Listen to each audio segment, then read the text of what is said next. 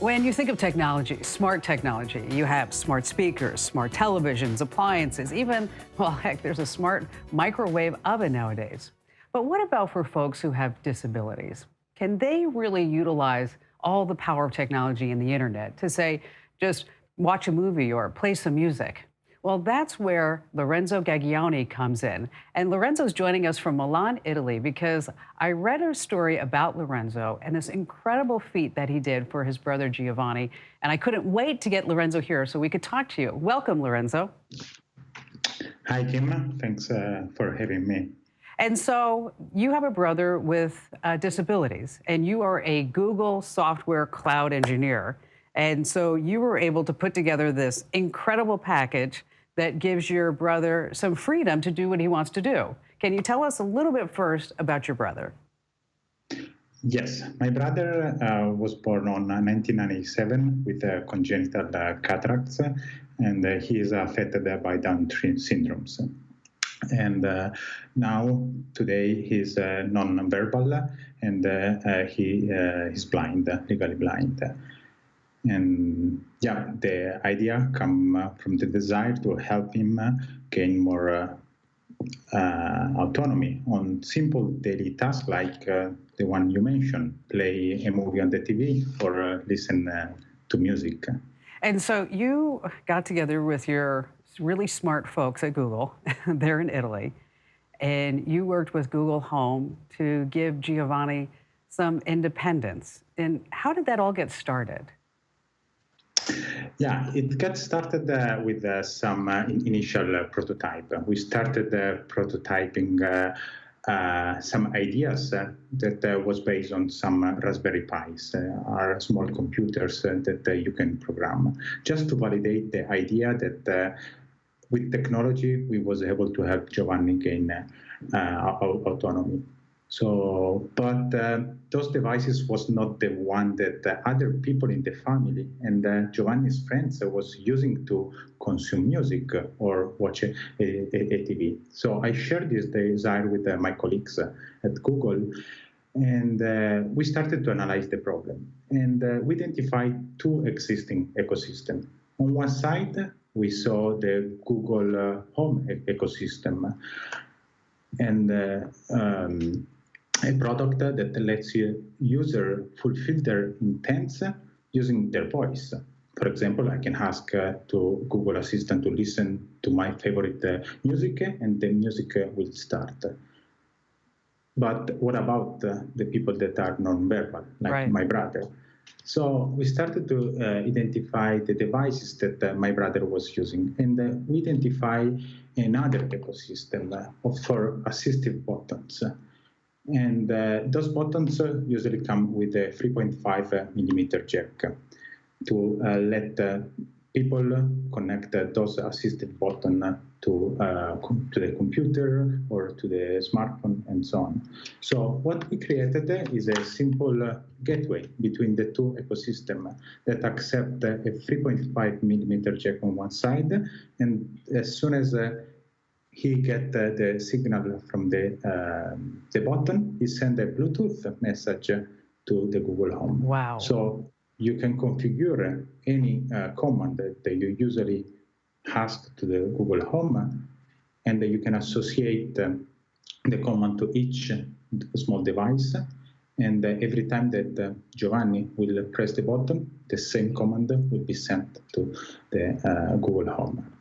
Well, I saw a video where he was super excited about, well, first of all, I saw the video with him on your bike, which I thought was really cool, going through the Italian countryside.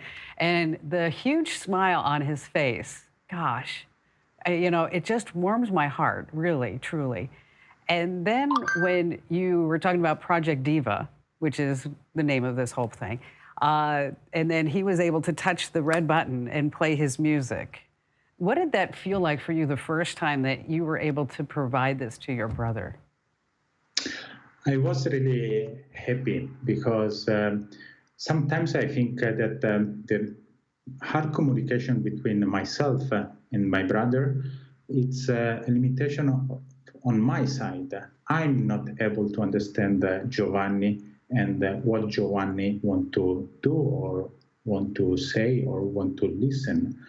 So when I saw Giovanni pressing the button and starting the cartoon he likes on the TV, I understood that at that moment of the day, he wanted to watch the cartoon on the TV. And this makes the solution not just accessible, because Giovanni is able to fulfill a task by himself, but it's also inclusive, because it lets Giovanni use the same devices and services other people in the family are using. And the most boom moment I had with Giovanni was when my kids was watching the TV at my parents' house, and Giovanni was finishing dinner, and he stand up, went next to the TV, and pressed the button and start to smile, because he already knew that the cartoon will start and will change the cartoon on the TV. And in this way, also, my kids was able to understand that now it's Giovanni's time. Right. And he want to watch his cartoon. So what do you think is next for Google Home and Giovanni? What are you working on now? Yeah, the project was launched at Google I/O, and we shared the project at the study level. So it's still a prototype, and we are collecting a lot of feedback and comments on the project to better identify the right go-to-market strategy. We started with buttons because the button was the way therapist and doctor was using with Giovanni to teach him things.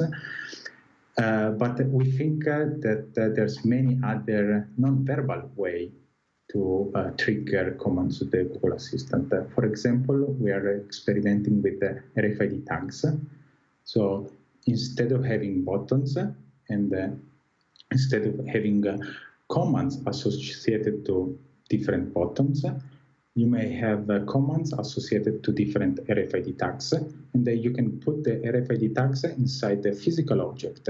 So Giovanni or other people may identify the object associated to the command and trigger the command putting the physical object next to the reader. For example, you can have a Nemo puppet triggering Finding Nemo on the TV, Sullivan, Monster & Co., and so on. You know, that is so cool. It's so amazing. Thank you for sharing your story with us and all of our listeners and viewers of the TV show. And what we're going to do is, if it's okay with you, I'd like to post your video on our website because I really think that people can learn more about it. And will you do us a favor and keep us posted on your progress and what you're doing? Because I have a feeling that you're just on the cusp of really making this amazing discovery because you're just at the foundation level, and you know technology and as well as I do that, you know, quite often you start here, but then you end up at a totally different place. Well, Lorenzo, once again, thank you for joining us. And you see, folks, this is an example of the stories that I love when I sit here and I host our television and radio show, because, you know, technology really touches our lives on so many levels. And if you have a story that you'd like to share with us, head over to the website, go to komando.com, and at the bottom of every single page, there's a link that says, Contact Us.